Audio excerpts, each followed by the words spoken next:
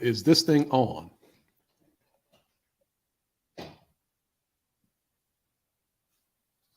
I'm not going to say Loud anything. and clear, buddy. There we go. I was going to say I'm not going to say anything until somebody put something in the chat. But of course, our guys are ready to go.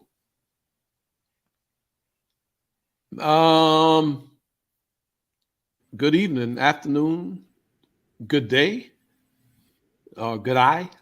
How does that work, Greg Evers? Good eye, good eye. That's how they say it. No, that's offensive. No, he put it in the chat. I'm just trying to read the chat with a little Australian accent. Right. Yeah. It's not offensive, Daniel. Sure. I'm offended. I don't know that Greg was, but I'm offended. Number Clearly, one, you're easily offended. The amount of effort and energy you put into perfecting that is non-existent. So that's what's offensive to me. Okay. Like, do some practice. Okay. Work on it during the week. Come back next week stronger. All right. That's actually a growth mindset. So maybe, since you introduced the growth mindset to all of us, I'll go ahead on and work on that. Brandon Cruz, are you in your mobile studio or are you at home? Oh, no. Professional studio. Oh, the mobile studio is not professional. Oh, no, it is. Oh, okay. You painted yourself into a corner there, didn't you? It's cutting edge. Well, no, I just was distinguishing. Yeah, mobile studio is a subset of the professional studio. Yeah, okay. We're going to have some fun today.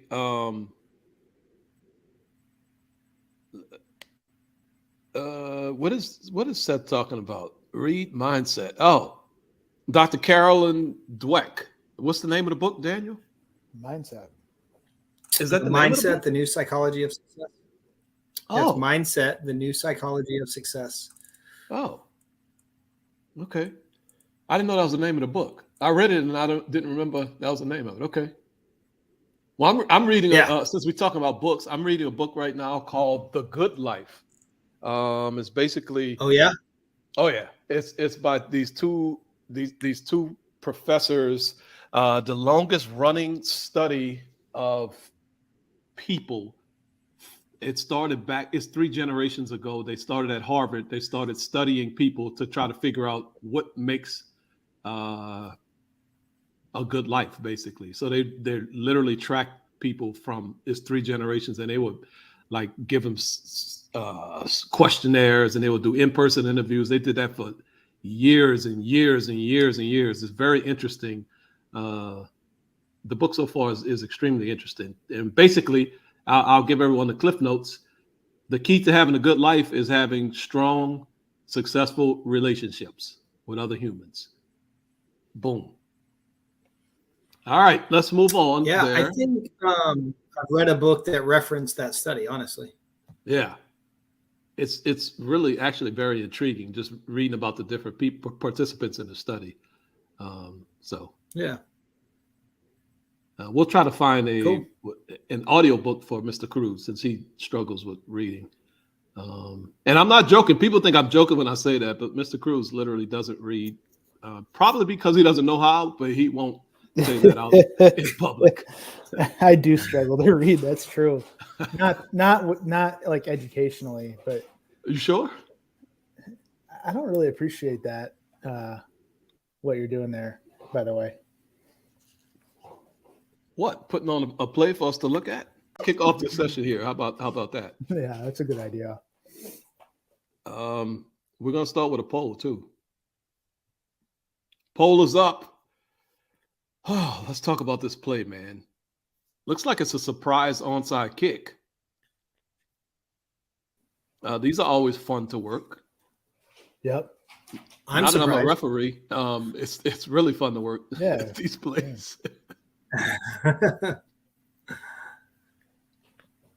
DY. Cruz, do you have any onside kicks this week? Yeah, I did. Oh. You did. I didn't know that. Oh yeah. Absolutely. Not quite as nice up here in the meat, is it? In the grinder. Oh no, I mean, We got to be ready. Every kick's an onside kick. Right? Oh, I get so tired of people saying that crap. I swear. What? It literally means nothing. The only onside kick I had come my way this past year was a surprise onside kick, so I guess it helped. So every kick you said There this you is an go. onside kick? Ish. You can lie. You can lie and say yes if you want to, just to continue that narrative.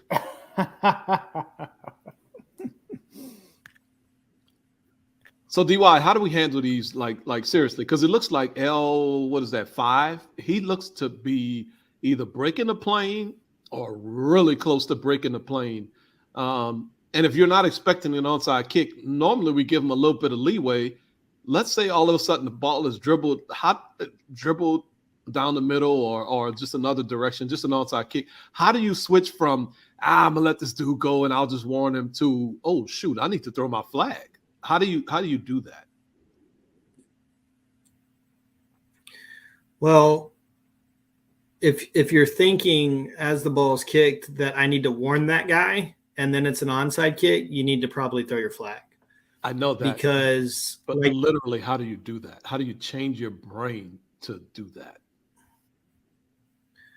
well, you don't, that's what I'm saying. You don't have to change your brain in that situation. You just kind of recategorize what your brain already processed. So just so everybody's on the same page, when we have a deep kick, we give them, depending on where you're working and who you're working for, a half step.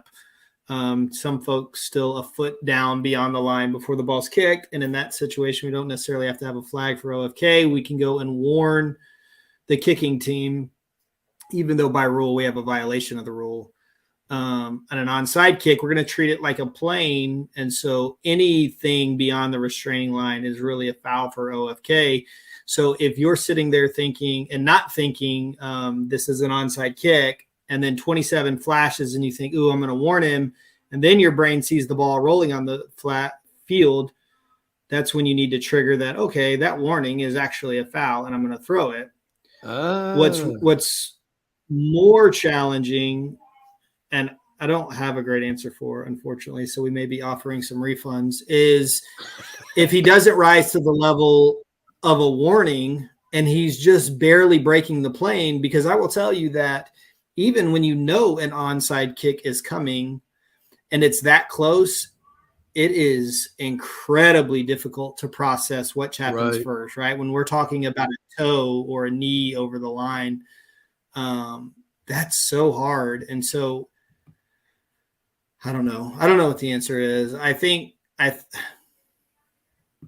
don't have a great answer other than really thinking every kick's going to be an onside kick. No, but like being prepared, there's something there's something to say about just being prepared. Even if you're not saying this necessarily is going to be an onside kick, but some kind of process that says, okay, if this is an onside kick, it's a plane. If it's deep, it's a foot over. Some kind of self-talk may be helpful in that situation. So let's be honest, full disclosure. Do you tell yourself every kick is an onside kick?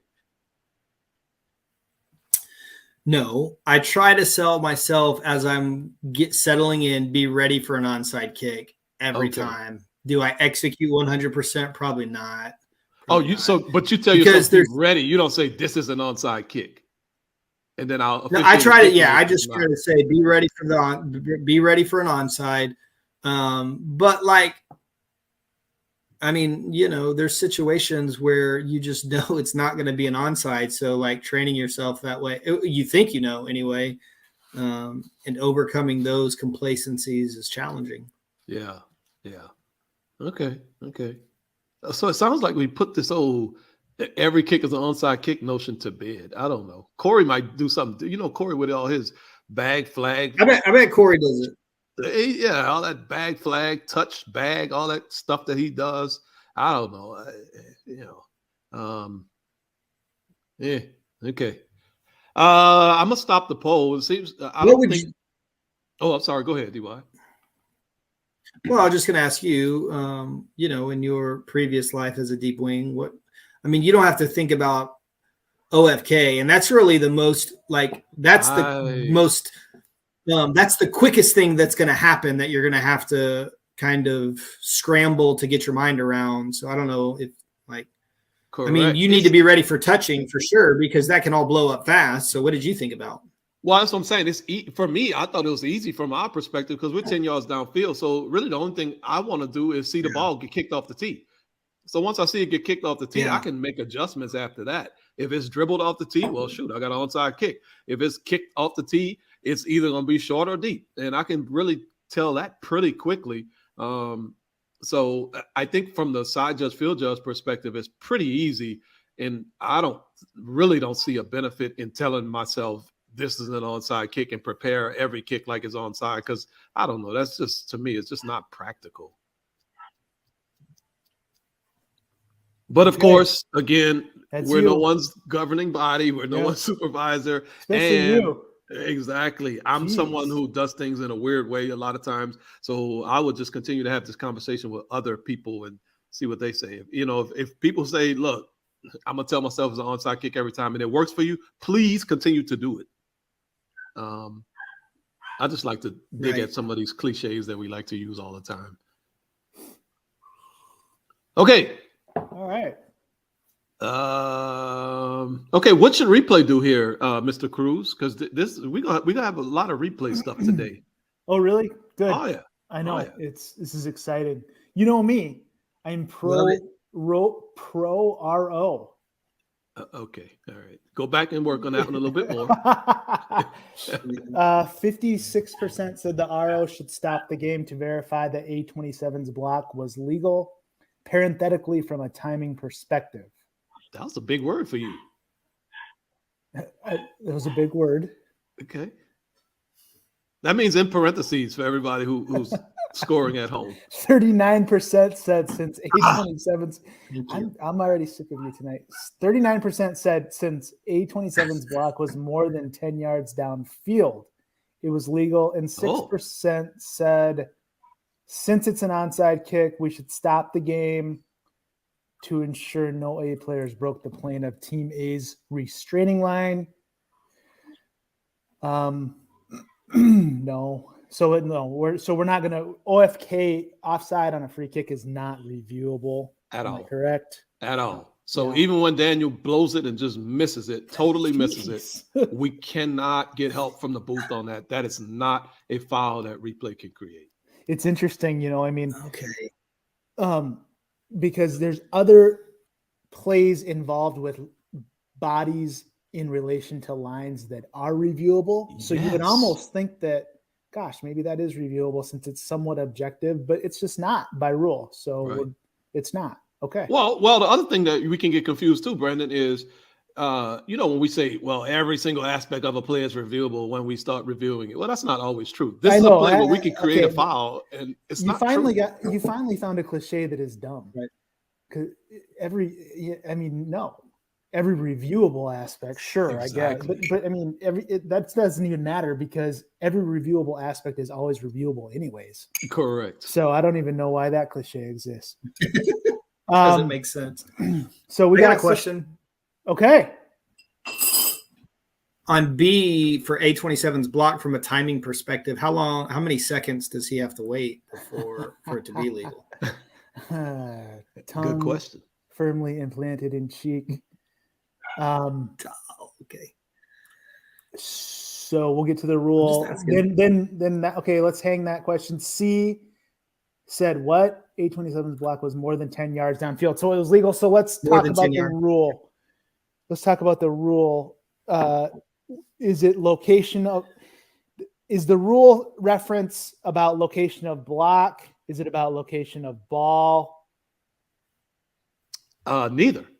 It's about when Team A can legally recover the ball. If at the point in time that Team A can legally recover the ball, if there were no blocks prior to then the play is legal. If there was a block prior to the time when Team A can legally, was it touch or recover? It's one of those two. Touch. Yep. Okay. Touch. So if Team A can legally touch the ball, then everybody's free to block. But if Team A cannot legally touch the ball, then Team A cannot block legally. They can defend themselves from a block. They can. but they can't go. I would venture to say what all is happening at the 48, 49 yard line is kind of a classic example of, teammate blocking. That appears to be a block. Yes. Yeah. Yes. So, he's delivering the block in that case. So every collision on these onside kicks is not a block, but if you want to go ahead and follow me here, I'm going to judge that to be a block by the kicking team. Right. Okay. Right. All right. So I'm glad I could contribute to this play. So now that we know the rule, meaning team A can block only when they're legal to touch. Okay. Correct. Now let's zoom into this play. Yes. So specifically on this play, B never touches it. Correct. Which means the ball has to travel 10 yards before they can block. Yes. So that is what our replay official has to determine based on the views that they have. Did that block occur prior to the ball going 10 yards? So their block, whatever happens at the 49, which is obviously more than 10. That block could take place at the goal line down the field. Correct. Correct. But it doesn't matter. It doesn't matter because it's, in this case, really, did B touch it first or did the ball break 10? Yes. And there's probably another scenario that I'm not thinking about. In fact, I remember somebody said once. Well, I remember somebody saying something once. I don't remember what it was, but it was kind of an interesting gotcha on this. But I don't think we need to even talk about it because I can't remember it. Here, to me, it's the fact that purely we have to judge, did the ball travel 10 before – we're getting some feedback from our audience about some audio issues. So let us know if you have audio issues. Did the ball travel 10 before the block was delivered, right? Right. That's basically the question. And so B, so it's really B. C, block was more than 10 yards downfield, so therefore it's legal. No. Let's not get confused with that. Right. And that's a common misconception. Yes. And it's easy. It's understandable and it's easy to get confused because generally A can't touch the ball until it goes 10 yards. So you start thinking to yourself, well, 10 yards, and you throw that in your head and you say, okay, well, blocks. As long as blocks are more than 10 yards, we're fine. But that's not necessarily the case. All right. So hopefully did we close the poll? Yeah. We got some issues going on. I don't know. The first one. It says on mine. It says no closed polls, huh? It says it's still. Yeah. Oh, it shows it's not closed. There we go. Okay. I closed it. Oh, thanks. Do I? Why? Do we have something else to discuss?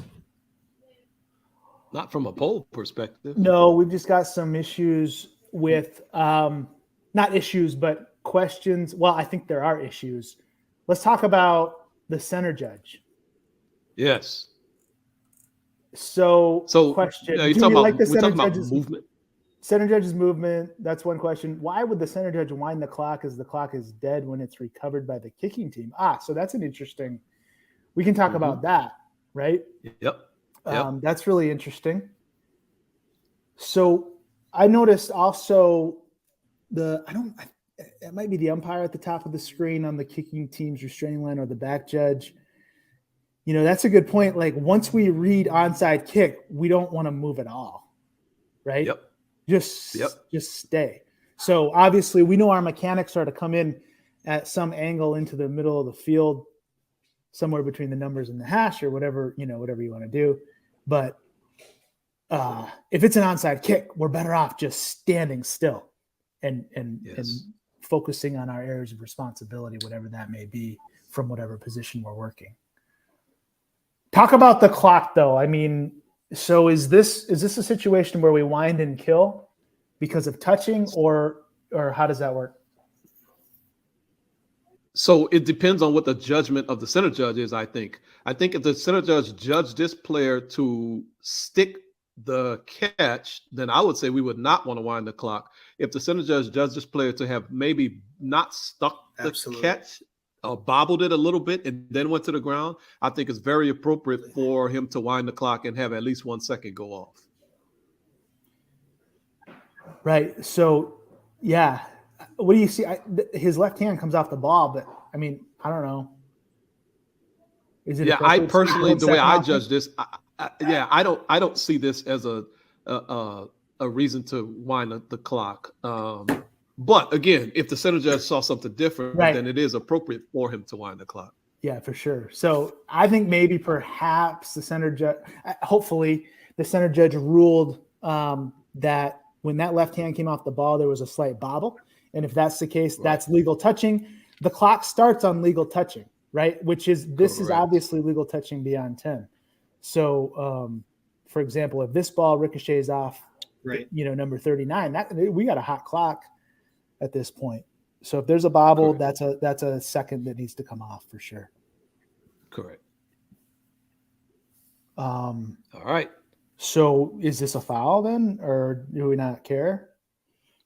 Well, we got to ask Don and Sergio and Jim Van Geffen. We got to ask them that question. Yeah, good point.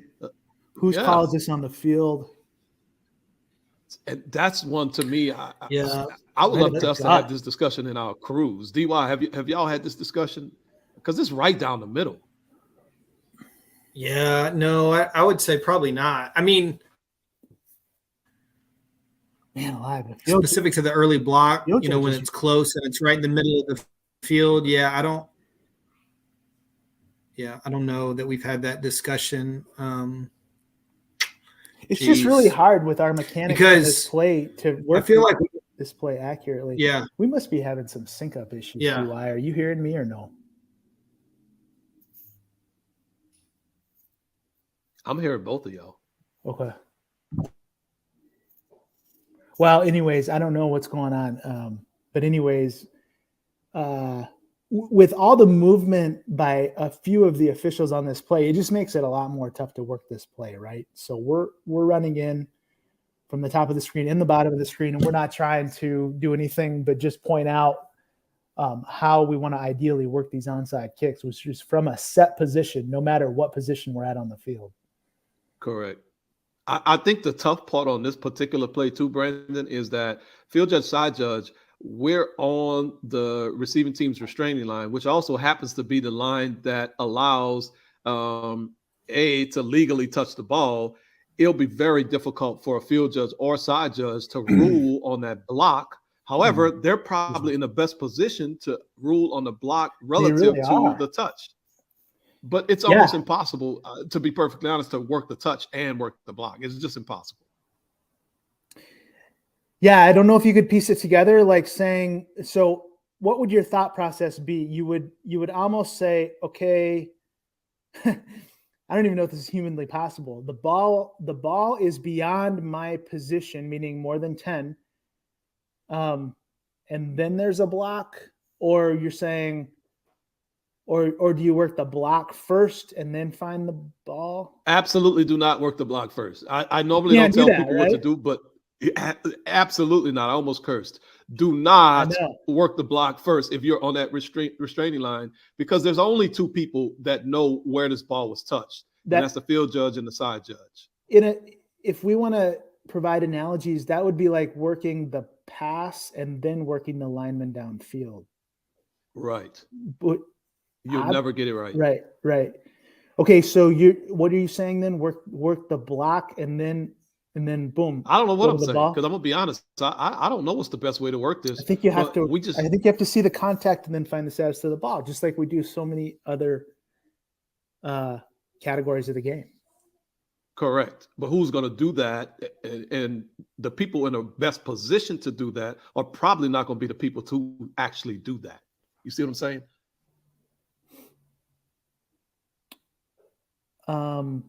Why? Because who knows where this ball was first touched on the field? Field judge or side judge are the only two that really know if this ball was touched behind or beyond the 10 yards. And traditionally on onside kicks, their responsibility is to get that spot of touching. Exactly. And so they might not be aware of that block. That's fair. Yeah, so that's the difficult part of this. The downfield officials are really just going to have to try to do their best not downfield. The back judge umpire Right. and center judge are really going to have to do their best to recognize the block and then find the status of the ball, like you're saying. And their angle is so bad. If because Terrible. if you think about it, and like the center judge too, still I say just stop. Once we read onside kick, just stop. And if you want to rule a bobble and wind the clock, that's fine. But we don't need to keep running up. And the same thing with the umpire, same thing with the field judge. But it's just going to be really, really difficult to index that in real time because it's so tight, so tight. Obviously, the block takes place before possession is gained. Yes, which means it's really tight. I mean, just from the end zone angle, I think you could tell on the field the block happened before he touched the ball, but that doesn't give you everything because you don't know if the ball had already broken 10. If the ball had already broken 10, it's a legal block. If the ball had not broken 10, it's an illegal block. That's why this is reviewable. Honestly, I mean, I want to get this right on the field as much as anybody else, but replay acts as a backstop on this play. So yeah. And I think the NCAA rules committee or whoever they are, they realize how difficult this is, and that's why it's a play that is reviewable great point by the replay officials. Now, I would say I don't know what you think, Brandon. I think this is inconclusive. This is not indisputable visual evidence that the block occurred prior to the ball going 10 yards. We just don't have a really good look at the ball. I can't. You can't prove any way because there's no shot down the line. I think the ball has broken 10, but I can't prove it. So if we call this, really, I think the ball did not break 10. That's great. That means it should stand either way. Perfect. Well, yeah, absolutely. Yeah, no doubt. Thanks for following the script on that I put out this afternoon. No, so if we call this, to me, the appropriate ruling in replay, which this should absolutely go to replay, is to stand with the call. So now what do we got to do? We got to penalize somebody. We got to penalize Team A for an illegal block. Yeah. Well, we're not done though. We need that ruling on the field of where the kicker touched the ball. And I know that sounds trivial. Yes. It's like, well, he touched the ball beyond 10. Okay, great. Fine.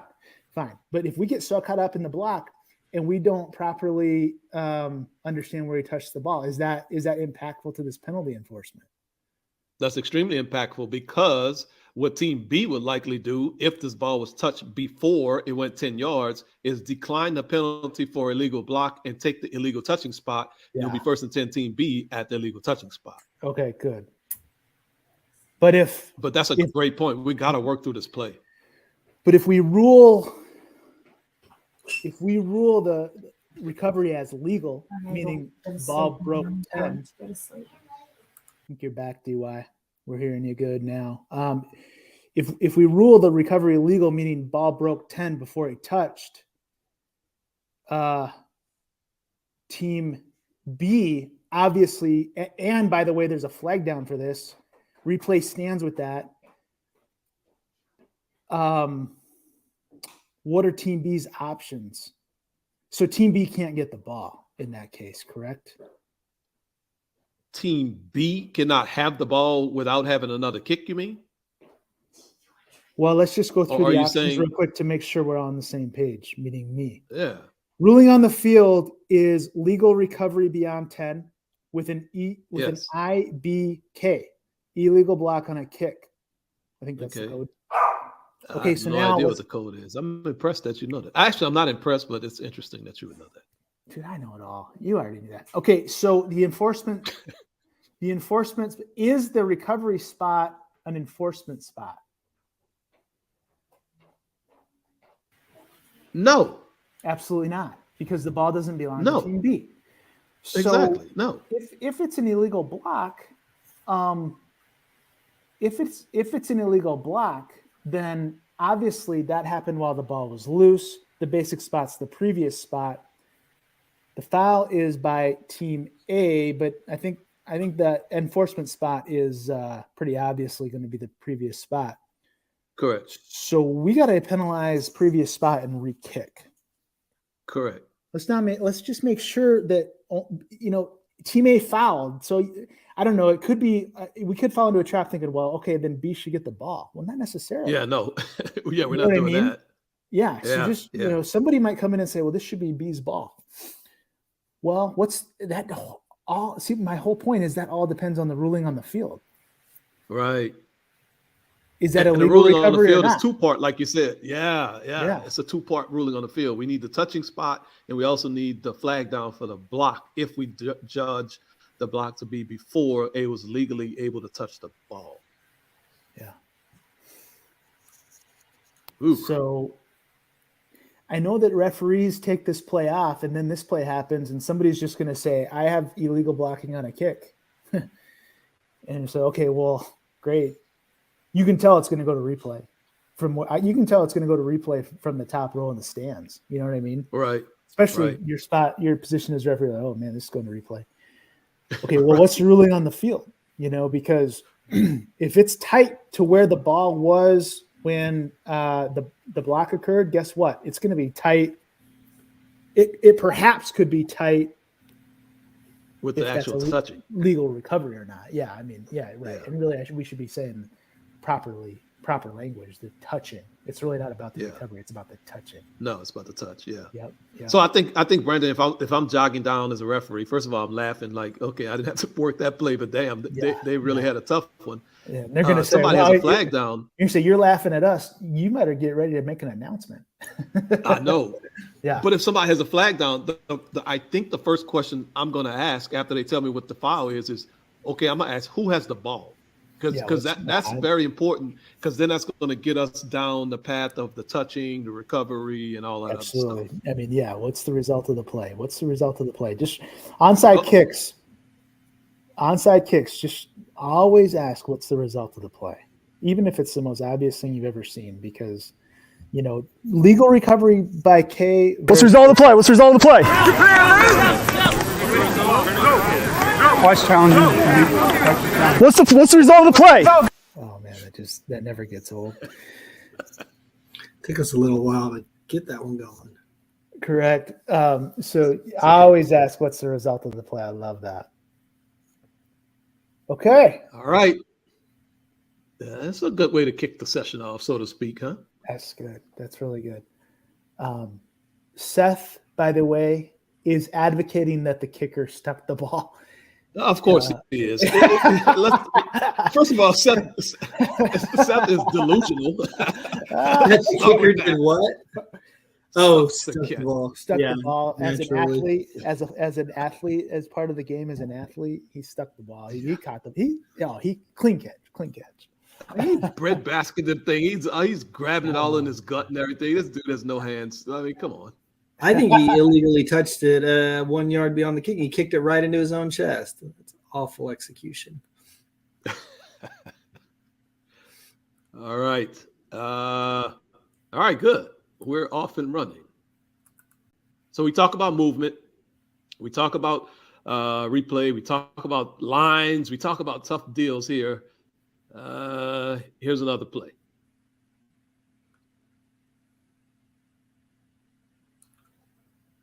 And we see we have a flag down from our back judge. If you look at the number one receiver was blocking. Got a flag down from the back judge. DY, maybe you could talk about your process there, evaluating the block, looking at the catch.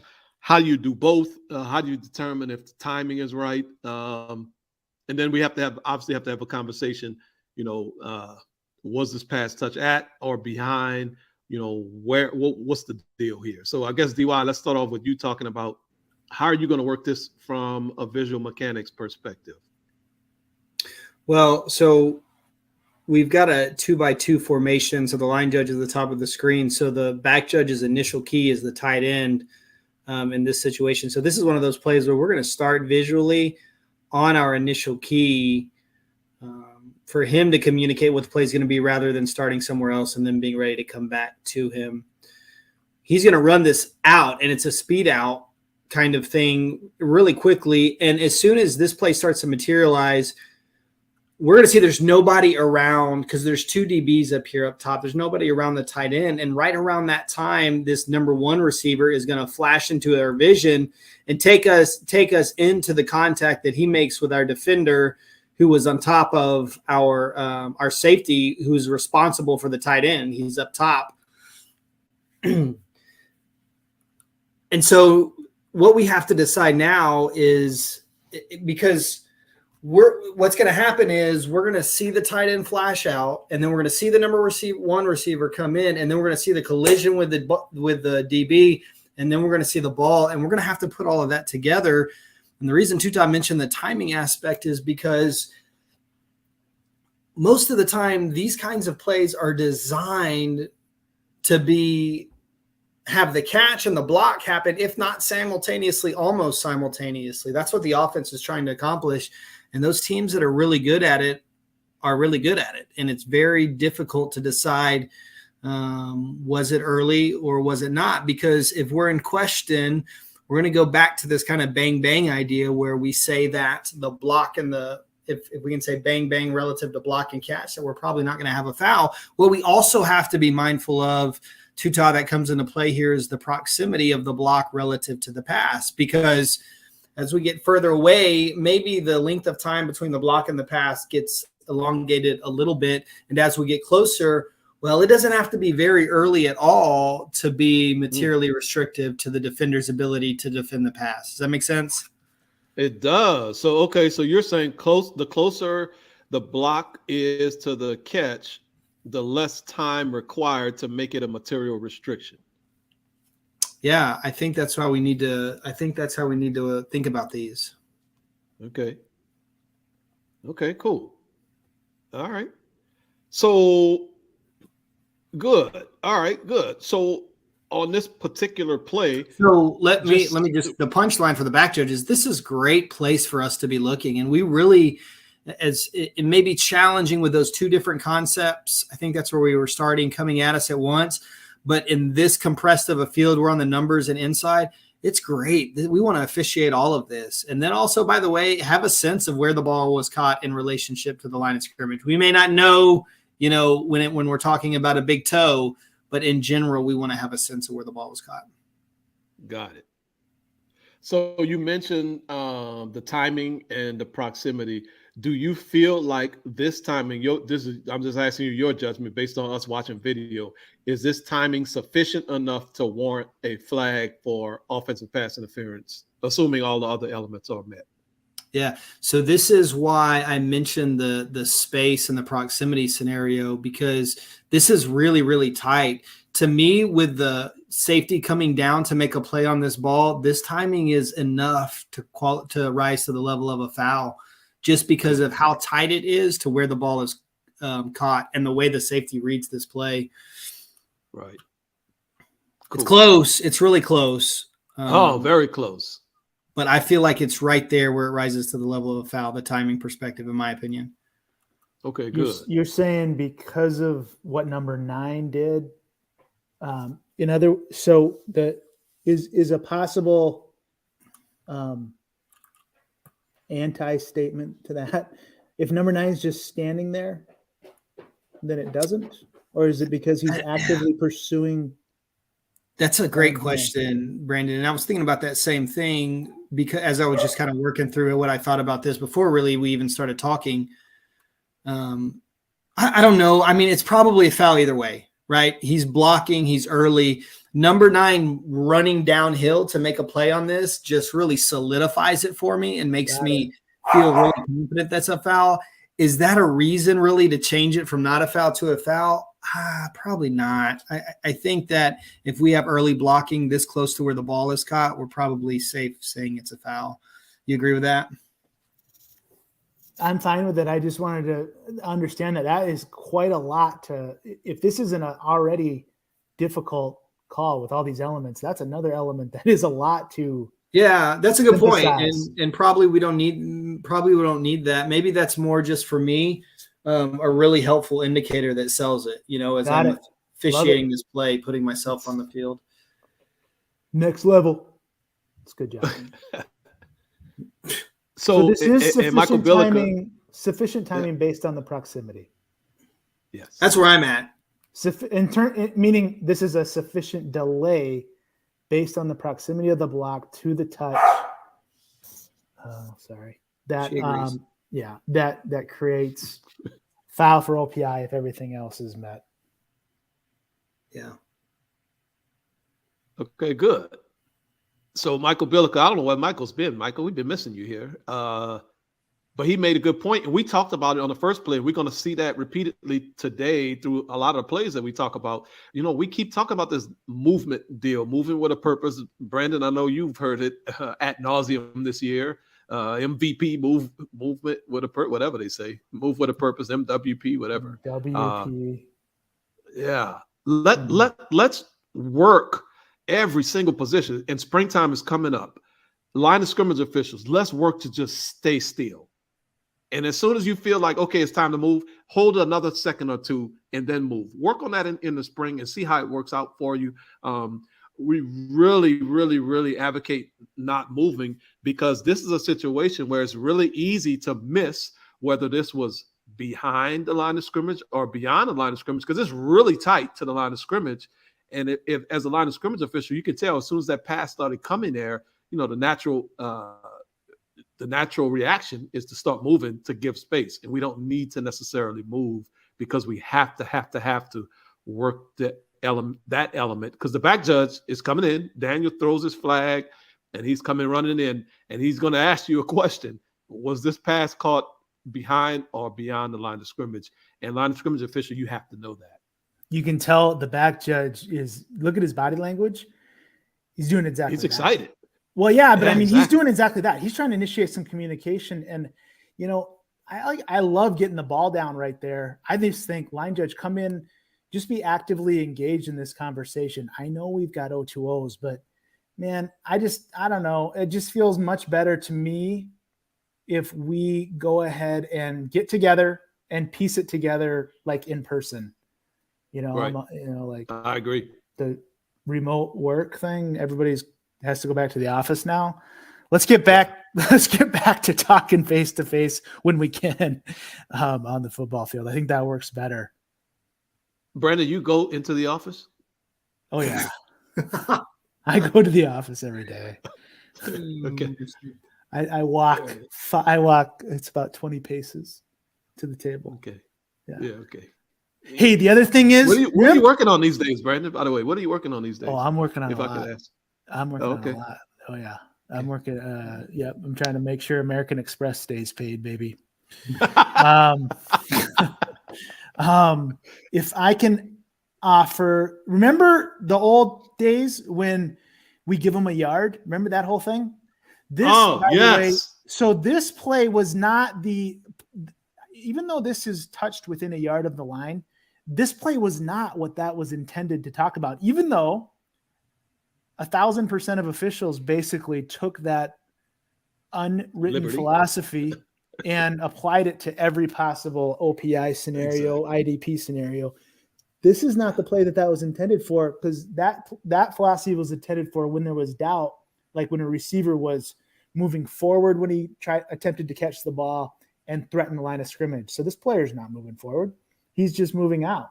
So we don't, even back in those days of that philosophy, we didn't need that philosophy for this play. It's an interesting thought because we battled that quite a bit. Okay, so we have two scenarios here. We could make an announcement. There is no foul for offensive pass interference. The pass was touched at or behind the line of scrimmage. Or we could say pass interference. The number, I don't see the number 2 offense.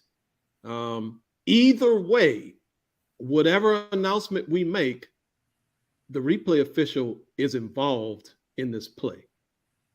And we need the replay official to verify where this pass was touched. And it may require a stoppage of the game, or you may have a really good view, a really good look at it. And hopefully, from a replay process, we're already looking at this because we see this pass is touched tight to the line. Hopefully, we're already looking at this. And as the field officials are having that discussion, we already kind of know what our ruling is going to be. But that is something that we need the replay officials to review The only way they would not get involved in this if there's no announcement. But since a flag is on the ground, we're going to have an announcement one way or the other.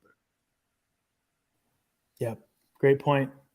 Great point. And again, this isn't officiating to replay. You're not talking about that. No. This is by rule what needs to happen because of what is called on the field. You just got to verify that ball touched beyond the line, like you said. And I guess I don't know. So are you like you're working the play? Are you looking for further communication then from the booth? And I'm not saying in terms of a stoppage. I'm saying, are you looking for some O2O action just to confirm that? I'm not. Okay. No, I'm not. So you're playing through until another signal happens. Exactly. Okay. Until the replay officials or the communicator says stop the game, or we get a page or something like that. I'm going to assume that whatever we decide on the field is correct. Okay, cool. I like that. Okay.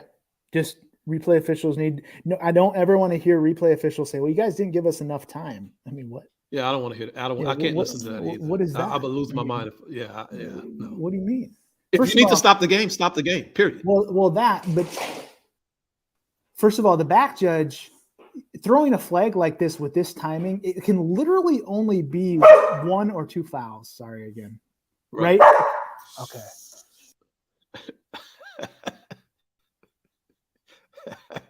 That would be Gigi. She is the peer officiating mascot. No home training. No zero home training. Well, I mean, look who her owner is. I mean, we can kind of understand that. But you're with me, right? You're with me on that. Other than Gigi's with me on that too. We know. Yeah, no, absolutely, Brandon. First of all, going through the process, I think any pass that is caught tight to the line, we probably need to be looking at it really quickly just to verify, was it beyond? And then, like you're saying, here comes a flag. Well, ain't nothing else this back judge is going to be throwing on. And then we starting to have a discussion. That's the other thing. Okay, what are they talking about? Well, we should automatically know what they're talking about. Be ready to work this from the booth. Rod is asking about an expedited review. If there is clear and obvious evidence, then yes, this would be a good place for expedited review. If it's close, I would personally not want to do an expedited review, just because I would want to make sure. But that's me personally talking.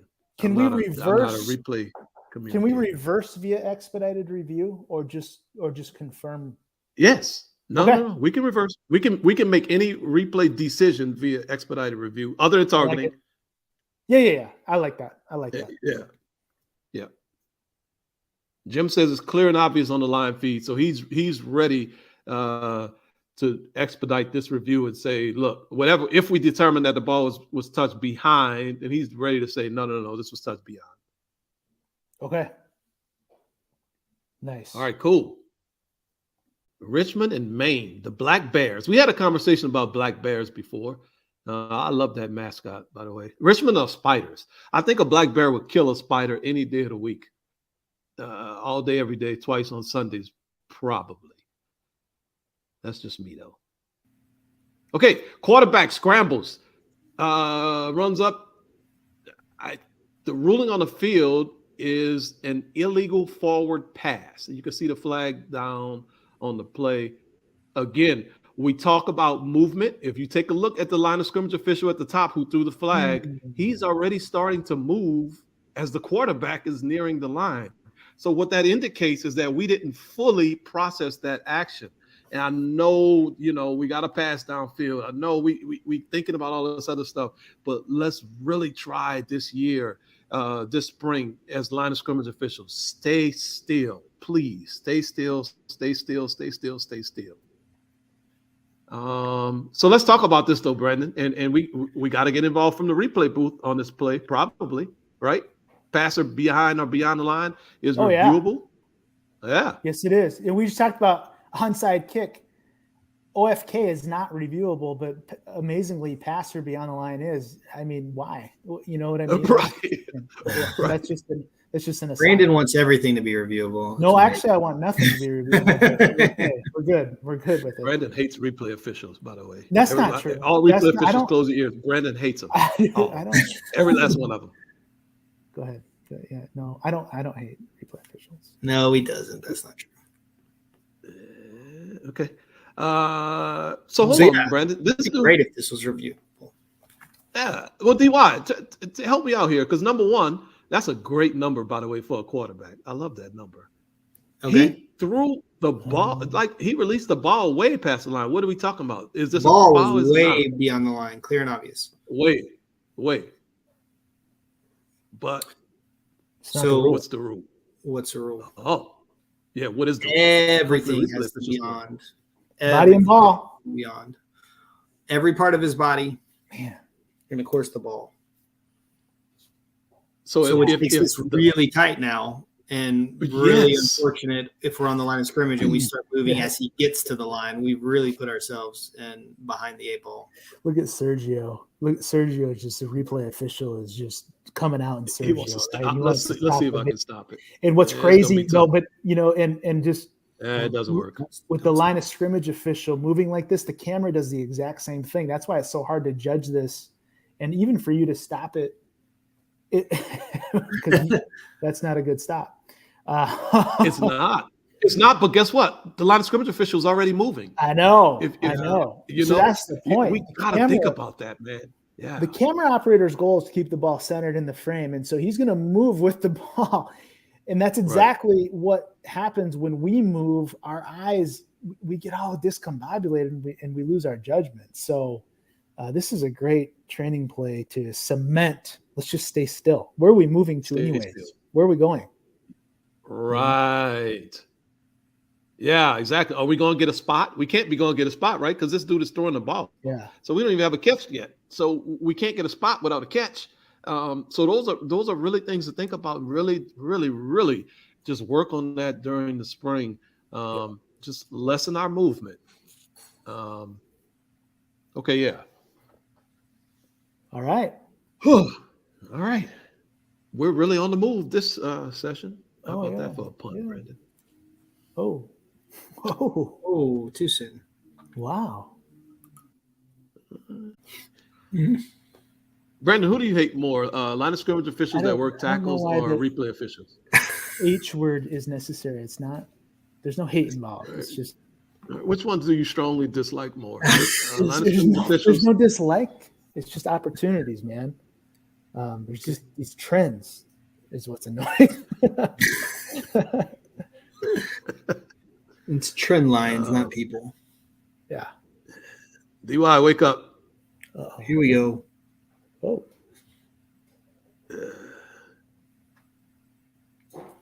There we Oh, go. The hat. Okay. That, Right, Long baby. to the hat. That bad boy still hasn't come down. We got And that flags. that We got first hats. flag might have gotten wrapped up in the action too. I mean that flag's in the middle of the fray there. All right. Okay. I don't think we need to talk about the KCI, right? Do Yeah, you I like want to this. talk As, KCI I at all, like DY? this as KCI. I like this as KCI. Why? Well, he's not allowed to tackle him before the ball gets there. He didn't make a fair catch signal. He didn't. That's true. That's true. Didn't have to make a fair catch signal. Unimpeded opportunity to make the catch, no matter what. Oh, that's Signal a or lot. no signal. With or All right. without the signal.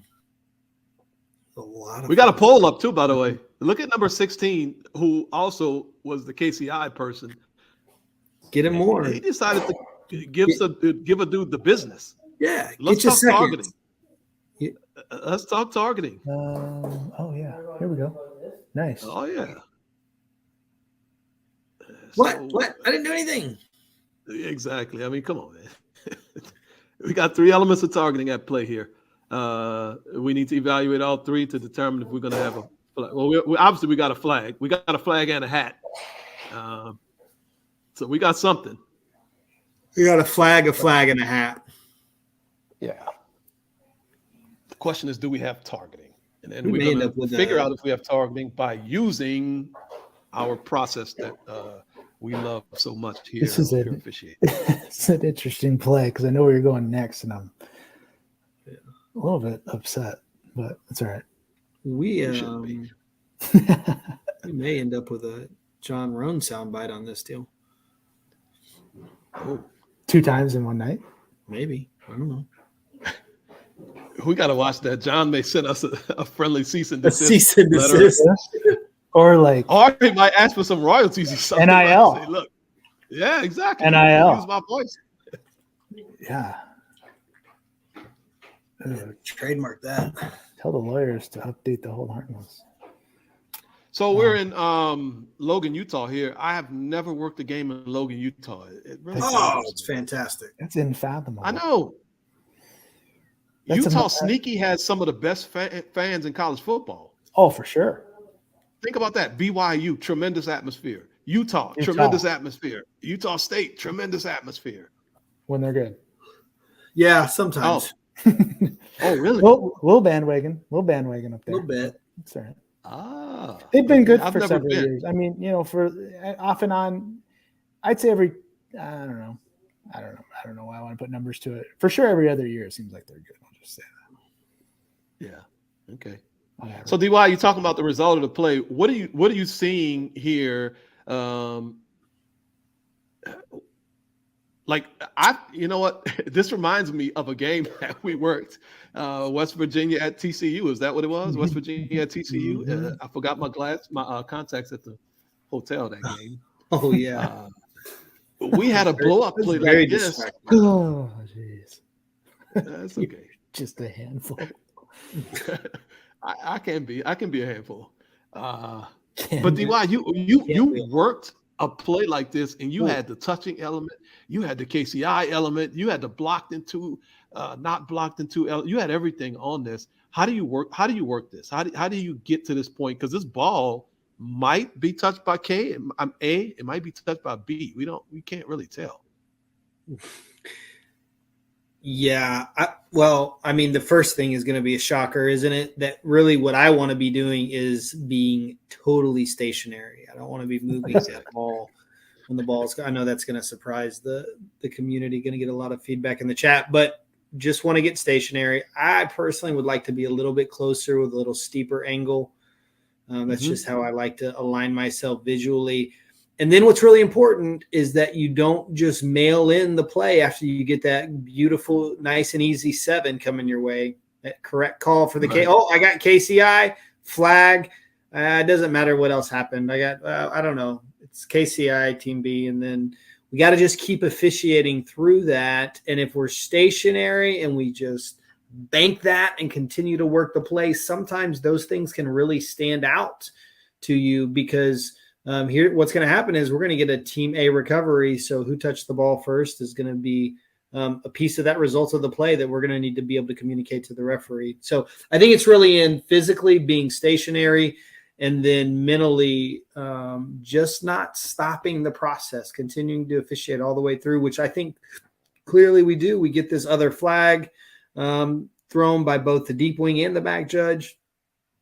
To me, it looks like this hits off of Team A's back plate here, which I would hope to be able to see live and in real time. But it's super tight, super tight. So you're gonna have a beanbag, a hat, and a flag. You're gonna have all. You're gonna be all the almost laundry. naked on the field, man. You have all your clothes off and everything. All the laundry. Okay. Yeah, I don't want to get you all revved up again, but I've never thrown my hat. But like this feels like a situation where you made the. I don't know, like. I don't know. I feel like you need another acknowledgement. Maybe the field judge throwing the flag is good enough, but like it's since it's kind of dead ball and almost separate from the first. Like, Right. you know, First of all, that is if you're gonna throw your hat, that is a tremendous hat throw. You better throw your that's hat it. like this. That's right. Like a man.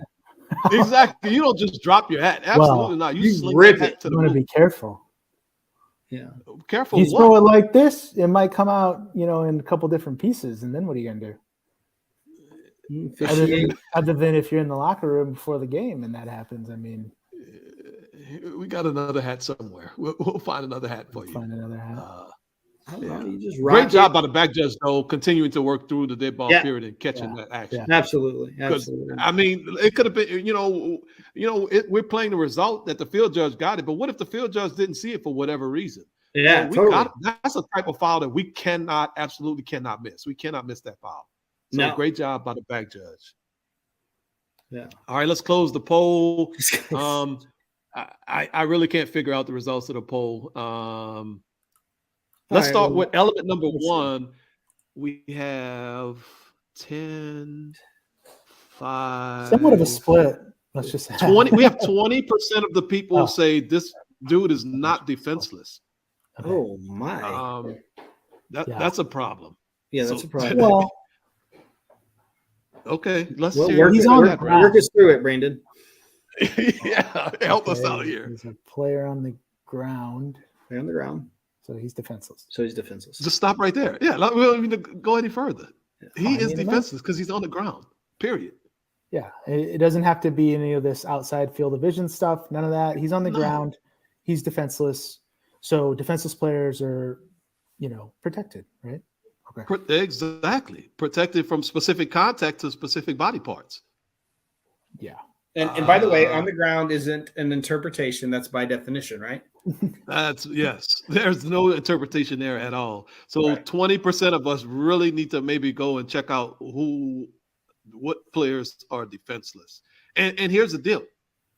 Boom. It's really easy to work through these elements based on the conclusion that you would like to draw on this play, but we're really advocating great for you reminder not to do that. Right, which is really the way this whole thing, kind of the origin story for the 3 elements, isn't it? Yes, it is. Yeah. Because you can easily just say whatever your opinion is on this play and then start, just masking your argument around or crafting your argument around that. But let's not do that. Let's look at this individually. Okay, so everybody, we already said it. Look, this dude is defenseless, period. He's on the ground. Yep. Next, do we see an indicator of targeting? 10, 20, 30% of us say no. I don't see an indicator. Okay.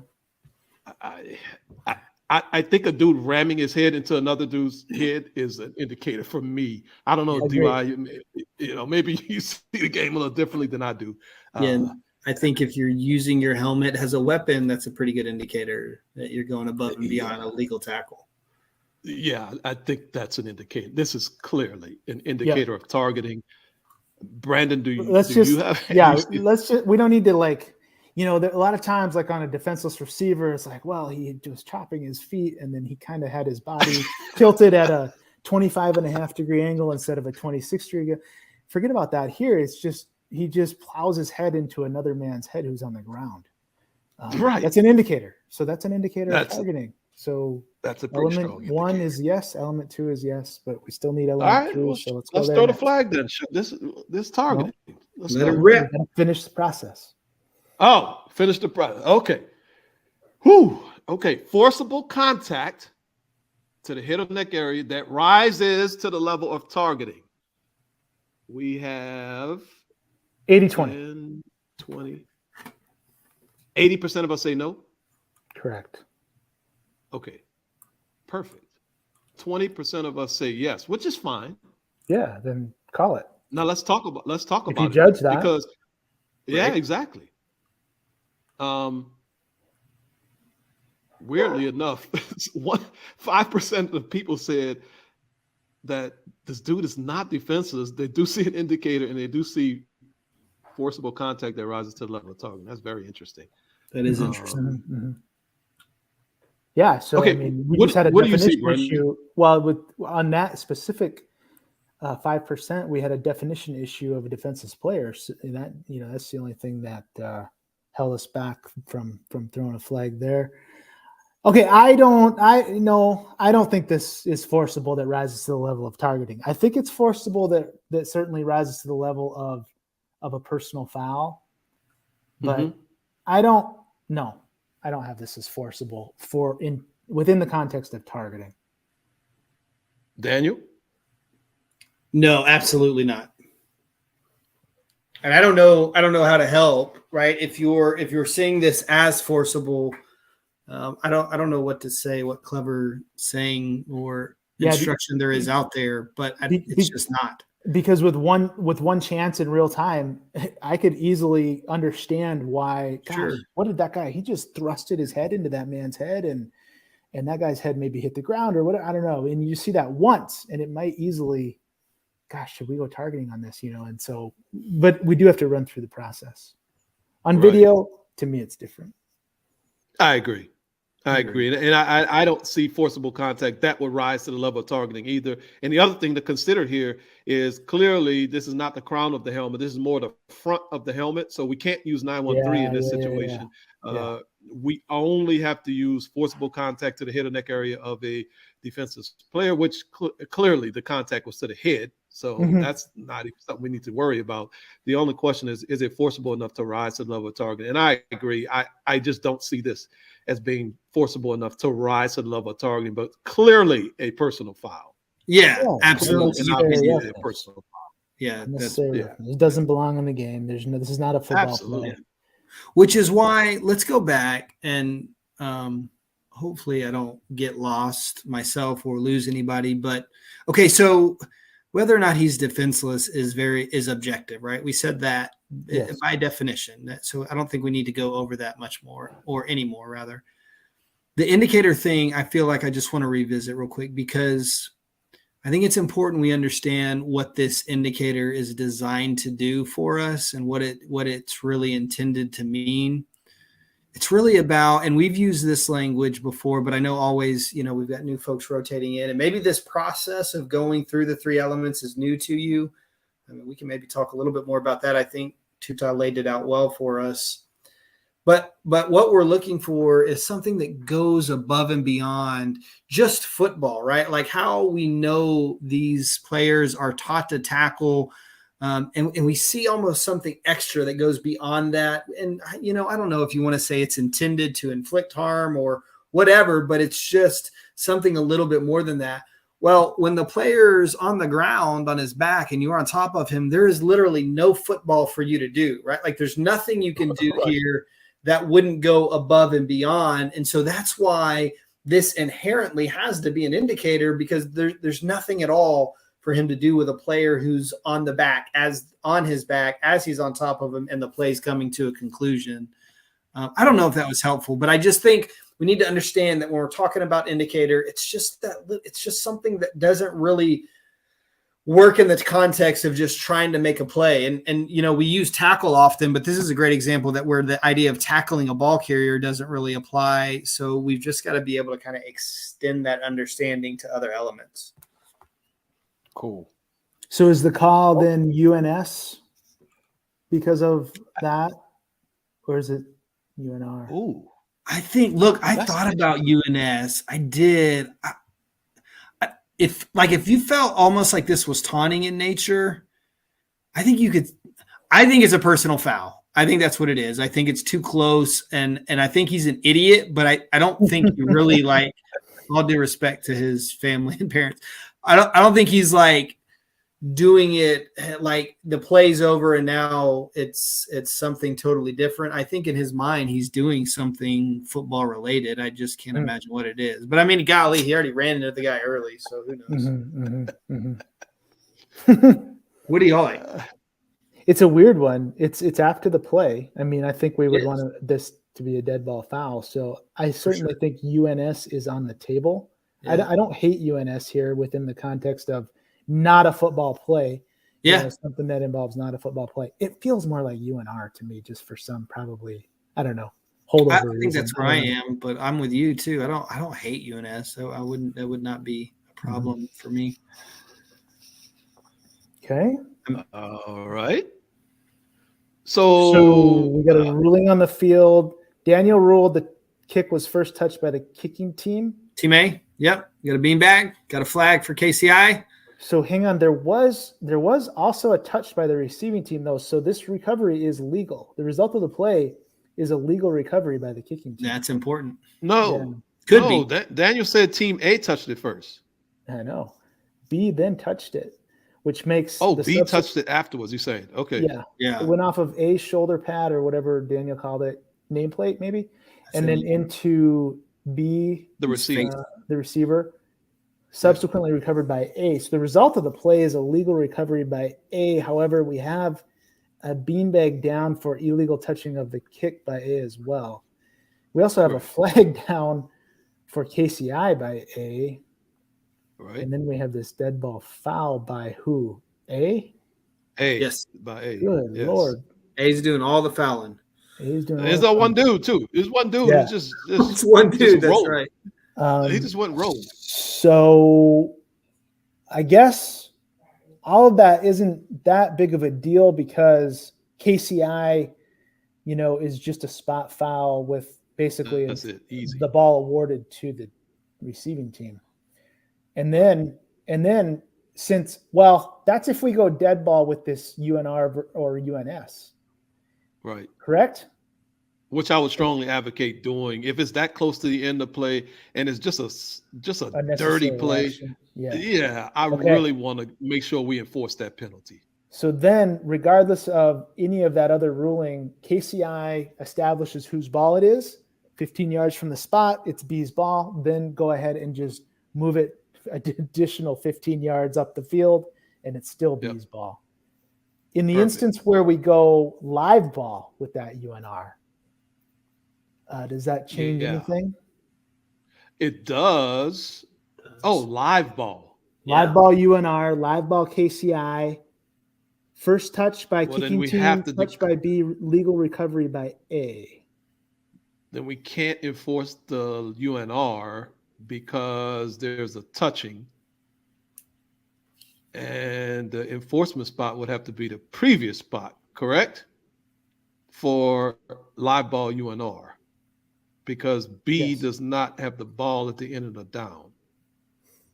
Yeah, it'd be previous spot because the only way you could have that Yes. as a live ball is, the ball is recovered immediately. It's not like anybody, Right. It's dead. So if you judge that to be live ball, which it's clearly not, but let's say it was, if you judge it to be live ball, basic spot, previous spot, because it would have to be during the Yeah. loose ball. And there's And the great no- thing is the KCI is there, so we can just ignore all that. Anyway. Exactly. We don't even have to go through those brain. well, for sure. But I think it's Callous. important too that you can't, if you judge that UNR to be live ball, you can't enforce both. Right. No, absolutely. Yeah. not. Can't have two live ball fouls. Yeah. Okay, cool. All right, so then we got a question. John Rome brought up a question. The kicker's knee looks like it's close to the ground. If it's ruled that the kicker's knee was on the ground, can we enforce KCI at the previous spot? I personally don't like that. If it's not a personal foul or unsportsmanlike, I don't want to enforce any other 15-yard penalty on a play like that as a dead ball KCI. I just don't see how we can do that personally. But Well, you wouldn't be able to call it KCI. I think you just have to call it a UNR. well, that's a great point because it's not a KCI, right? It can't be a case. You can't have a kick catch interference because we never had a kick. So you're saying if we make the punter down by Yes. rule, Yes. and all we have is this KCI, forget about the helmet to helmet stuff. Right. You're going to convert that to a UNR and enforce it? No. Okay. No, Daniel's saying the only thing you could have is a UNR. You couldn't have a KCI because it's a dead ball. Technically, the ball is dead. We never had a kick. And if So you went if you're going KCI, you would have to the penalty is the enforcement is included in the statement of the penalty, so it's got to be spot of the foul. Good point. Yeah. Correct. So that would be ignored. KCI would be ignored. Yeah. Okay. Yeah. That was a very educational way of saying why we can't do that, Daniel. Thank you. You're welcome. Good work. I was going to old school where you know how old school officials, we can't do that. That ain't in the rule book. And we don't know what we're talking about. We just say, that ain't a rule, and we just move on. That's a good point. Yeah. Yeah. It's got a specific enforcement. So yeah, you're right. That's a great job. Great Right. job. Okay. There it is. Hold on. Oh. John Rohn kind of let the cat out of the bag a little bit. So I got a question about the catch process. And we're going to start a poll up. Because I've always heard that the element of time is required for the catch process. Let's see. Here's our old punter here. Well, in Provo, I think in Utah in general, that's just allowed. They can Yes, catch you with their knee on the ground. certainly in Provo. Well, yeah, Certainly. right? Okay, what? Why is that? Just extends into Utah over Utah in general. I don't know why. I don't have an answer for that. I don't either. You Yeah. probably got to ask referees that work that type of action. Yeah. It's easy playing replay. Hey, so I got a question, DY. Good poll. Yeah. Man, first of all, this ball hit the ground. Oh. If this was let's call this a pass, and let's say this dude was a wide receiver, are we gonna call this a catch? Just it hit the ground, so it can't be a catch. Right? Can't be catch. The ball hit the ground. No, I think it's a catch. I think we have firm control. The ball can kiss the turf. I'm getting ready for Rafferty. You know, it's my anyway. I Wow. picked it up on that. It's the kiss.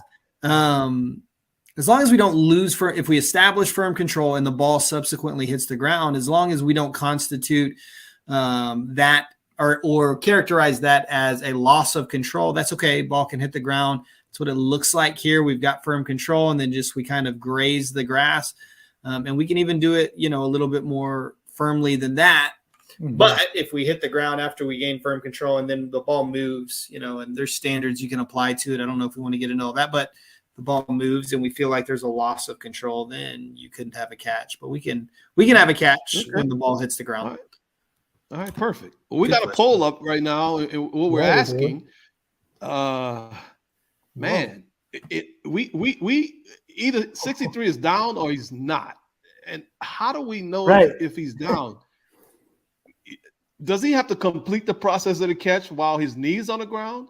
Or would he just need to not restart the process of the catch after his knee was off the ground?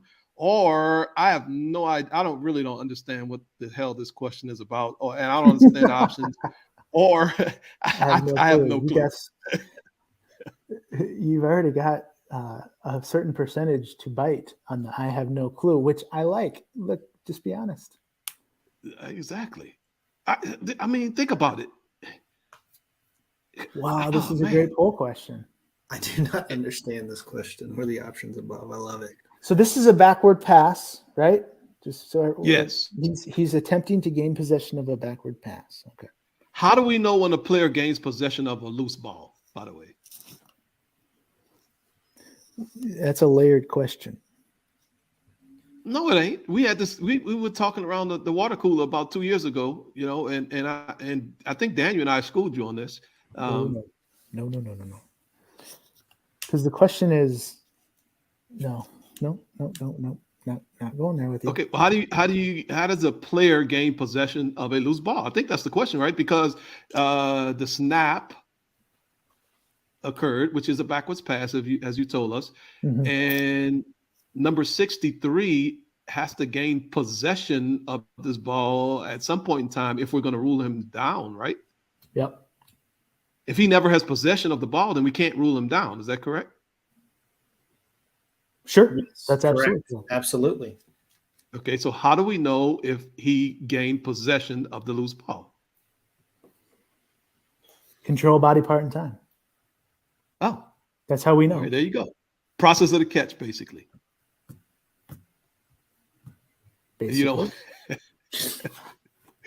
Yes. I don't know if you want to end the poll first or what do you want to do? I was just asking a general question that control body part and time is the process of gaining possession of a loose ball. Time with control to perform. I'm gonna close the poll. Or actually perform the act, right? Right. I'm gonna close the poll. But 75% of us say, "Oh, sorry. Go ahead. No. Keep going. Okay, 75% of us say 63 needs to complete the process of the catch while his knee was on the ground. That to be considered down. Grammar police needs to come in here somewhere. Yeah, it's a That's confusing poll, but it's a really good poll. 15% of us says all he needs to do is not restart the process of the catch after his knee was off the ground for us to rule him down. And then 10% of us have no clue. I'm part of that. I kind of am too. I was looking at it because this play was very interesting, right? Yeah. Okay, so we know that possession is established by the control of the ball with a body part down aspect, right? Possession is established. Yep. The point of possession is established. Okay, the point so of long as the time element is ultimately met. Got you. That's where we get confused on this. Right. Because this whole time element is just almost like some flimsical thing out in space. It has nothing to do really with like where or I don't want to say when, but I kind of do want to say when possession is established. See what I'm saying? Well, all right, let's go through. How about we walk through the elements? Okay. First, he has to establish firm control, right? I think we can clearly see he had firm control of this ball. Yeah, and even though he moves the ball, he did that intentionally to like rotate the laces to kick the ball, the way he wants to. Correct. So correct. That's just movement within his control, I think, DY. That's almost similar to receiver pulling the ball in to tuck it. Yep, I think so. Okay. I think Daniel also showed us too that, the ball hit the ground, but the ball literally never moved after he established firm control of it. Even after it hit the ground, the ball never moved. So I think we can clearly see that this player gained firm control immediately. And obviously he has a body part down. He has a foot, he has 2 feet and maybe a knee. Yep. So then what's the last element, Brandon? What else are we looking for? So time to perform an act common to the game or actually perform the act. And I think he did that, right? Oh yeah. Oh, just his ability to set up for a kick is, you could probably say the time element was met based on performing an act common to the game before that. But obviously just his ability to set up for a kick is that act, I say. Correct. So here's where we get lost. And what we have to understand, as soon as firm control is established, we have begun the process of the catch. Mm-hmm. So he established firm control just prior to his knee touching the ground. Yep. So his knee was on the ground during the execution of the process of the catch. As long as the process of the catch did not begin again, i.e., he lost firm control and had to reestablish firm control after his knee was off the ground, then it doesn't matter. He is down as soon as he has shown us that he's completed the process of the catch, even though the process of the catch wasn't complete until maybe, depending on what your decision of timing is, until after his knee was off the ground. Beautiful. Did I explain that well? Perfectly. Literally perfectly. And I'm so hesitant but that was a perfect explanation. Jeez. 132 sessions later. All right. It's good. That's a little gratuitous. That was great. Job. It was nice. So when we're up here in the replay booth, let's say, and you could tell the referee let this play out. Understandably so, man. It is close, and first of all, as referees, let's not automatically just start blowing plays dead like this, willy nilly. Oh, his knee was on the ground, I'm gonna blow it dead. Well, shoot, man, you better make sure that he actually had firm control of this ball. I would say while his knee was on the ground, which is very tough to know. That's so tight. Golly, yeah. The worst thing to do would be to make that mistake and his knee really and be wrong. And now we gave Team B the ball at the +5 yard line. Oh man, that's a nightmare. That's a nightmare, big time. You just want to know. You just want to know. Don't come in blowing this dead.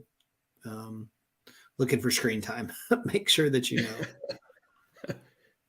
So our replay officials, we're watching the game, right? And we got to do something, right, DY?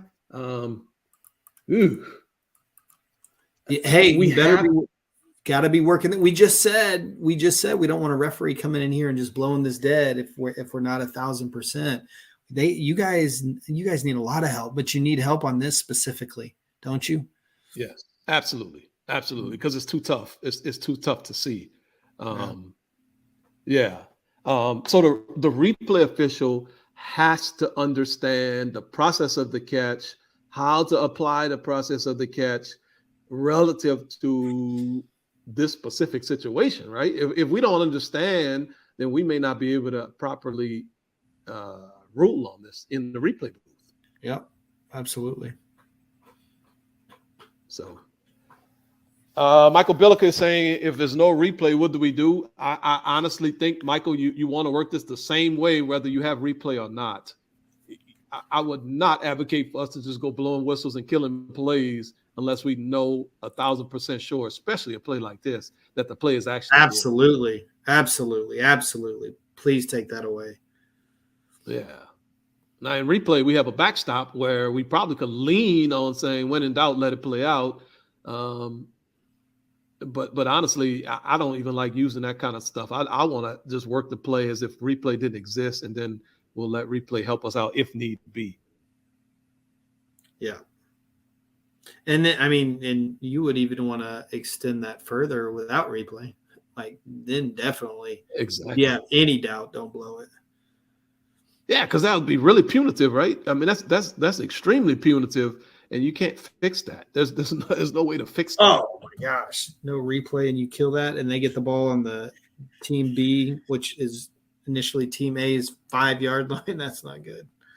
That's not good. You go back and watch that on film, you're not going to be pleased with yourself. No. All right, DY. So we gave our replay officials some love today. We put them to work. Brandon's probably, he's happy about that. He loves when our replay officials get to work. He better be. We need him. And we talked about a movement from the line of scrimmage perspective. Let's work to move less and not move at all in certain situations. Yeah, to really evaluate these plays. Yeah, we'll keep beating that drum all get better season, as we really focus in. I don't know, we always do, but especially now on mechanics and mechanical fine tuning. Hope we're all doing that, thinking about our own practice, watching our film from the season. Now's the time to do it. Yep. I found something, Daniel. I'm probably have to share with you offline. I found something from one of our games earlier this year. I was doing some review on some of my plays, and I saw something that I hadn't seen before.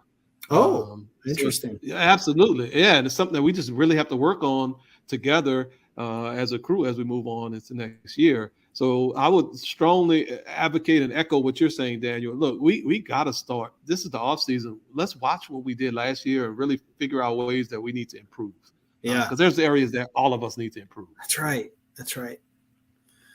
And that's the first step in the process, isn't it, Tuta? Like doing some reflection and evaluation and identifying those areas. If you're just sitting here thinking, good, I got this, right? I just watch some film here and there. Look, I'm not saying you're not good. I'm just saying that there's probably fruit out there that you could be harvesting or preparing to harvest. Like we all got work to do. So I think that's a great first step. Let's evaluate our performance, reflect on our performance, and think about those areas where we'd really like to see improvement. And then this is revolutionary. Focus our energy in that specific realm as we work through camps and spring football and all of those awesome things that are coming this way.